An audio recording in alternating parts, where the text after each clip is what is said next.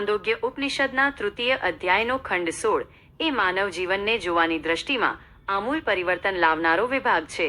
આ વિદ્યાને પુરુષ યજ્ઞ વિદ્યા કહેવામાં આવે છે.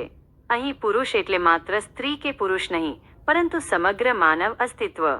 ઋષિઓ આ ખંડમાં સમજાવે છે કે યજ્ઞ માત્ર કુંડમાં આહુતિ આપવાથી નથી થતો, પણ મનુષ્યનું સમગ્ર જીવન જ એક જીવંત યજ્ઞ છે. પુરુષ યજ્ઞ વિદ્યા, જીવનને જીવંત આહુતિ બનાવવાનું વિજ્ઞાન. છાંદોગ્ય ઉપનિષદ તૃતીય અધ્યાય ખંડ 16. 1. પ્રસ્તાવના. કર્મકાંડથી જીવનકાંડ તરફ. વૈદિક પરંપરામાં યજ્ઞનું ઘણું મહત્વ છે, પણ છાંદોગ્ય ઉપનિષદ એક ક્રાંતિકારી વિચાર રજૂ કરે છે. તે કહે છે કે બહારના અગ્નિમાં ઘી હોમવા કરતાં તમારા શ્વાસ, તમારી ભૂખ, તમારી તરસ અને તમારી ક્રિયાઓને યજ્ઞ બનાવી દો. પુરુષો વાવ યજ્ઞસ્તસ્ય.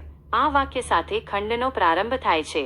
જે મનુષ્ય પોતાના જીવનને યજ્ઞ માને છે, તેના માટે મૃત્યુ એ અંત નથી, પણ આહુતિની પૂર્ણાહુતિ છે.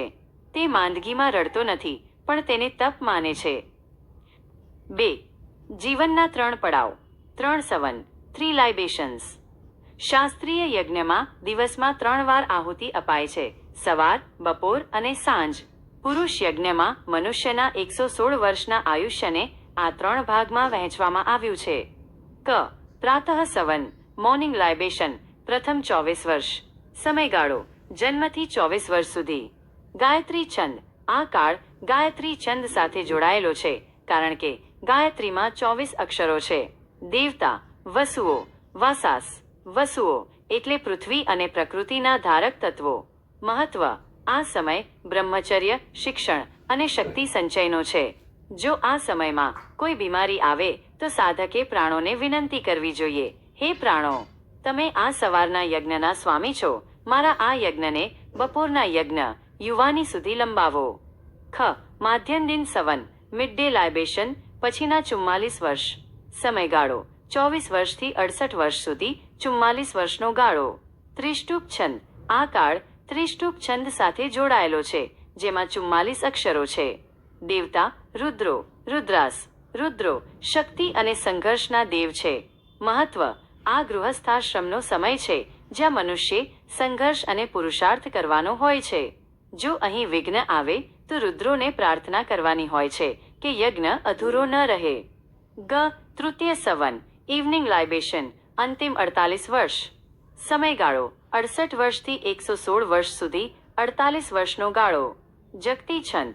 આ કાળ જગતી છંદ સાથે જોડાયેલો છે, જેમાં 48 અક્ષરો છે. દેવતા આદિત્યો. આદિત્યાસ. આદિત્યો એટલે જ્ઞાનનો પ્રકાશ. મહત્વ. આ વાનપ્રસ્થ અને સંન્યાસનો સમય છે, જ્યાં જીવનનો અનુભવ પાકીને જ્ઞાન બને છે. 3. 116 વર્ષનું રહસ્ય અને મહિદાસ ઐત્રેય. આ ખંડમાં એક ઐતિહાસિક ઉલ્લેખ છે. ઋષિ મહિદાસ ઐત્રેય આ વિદ્યાના જ્ઞાતા હતા. જ્યારે તેઓ બીમાર પડતા ત્યારે બીમારીને કહેતા: તું મને શા માટે હેરાન કરે છે? હું આ યજ્ઞ અધૂરો છોડીને જવાનો નથી. પરિણામે તેઓ 116 વર્ષ સુધી જીવ્યા. 116 એ વૈદિક ગણતરી મુજબ પૂર્ણ આયુષ્ય માનવામાં આવે છે. 24 + 44 + 48 = 116. આ વિદ્યા આપણને ઈચ્છા મૃત્યુ જેવી મનોબળની શક્તિ આપે છે. તે શીખવે છે કે જો મનુષ્યનો સંકલ્પ મજબૂત હોય અને તે પોતાના જીવનને પવિત્ર યજ્ઞ માનતો હોય તો મૃત્યુ પણ તેને અકાળે સ્પર્શી શકતું નથી. 4. ભૂખ, તરસ અને આનંદ યજ્ઞની પ્રક્રિયા. ઋષિ જીવનની સામાન્ય પ્રક્રિયાઓને યજ્ઞના પરિભાષામાં સમજાવે છે. દીક્ષા. જ્યારે મનુષ્ય ભૂખ્યો કે તરસ્યો રહે છે અથવા અશાંતિ અનુભવે છે, ત્યારે તે યજ્ઞની દીક્ષા તૈયારી છે. દક્ષિણા. આપણી અંદર રહેલી તપસ્યા, દાન, અહિંસા અને સત્ય એ યજ્ઞની દક્ષિણા છે. હાસ્ય અને ભોજન. જ્યારે આપણે ભોજન કરીએ છીએ, પાણી પીએ છીએ કે આનંદિત થઈએ છીએ, ત્યારે તે યજ્ઞના મંત્રો, સ્તોત્ર સમાન છે. મૃત્યુ.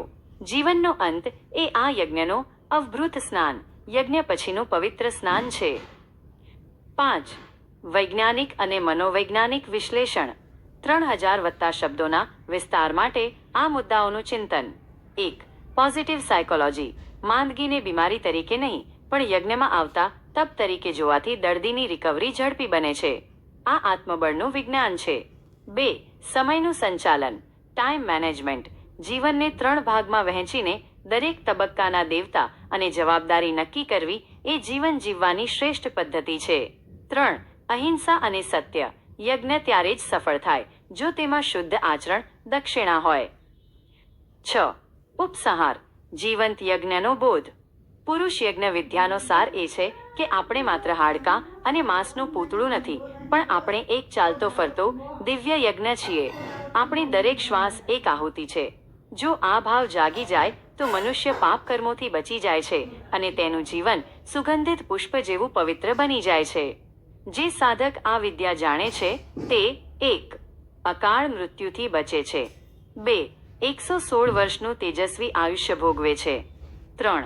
બીમારીમાં પણ માનસિક શાંતિ જાળવી રાખે છે.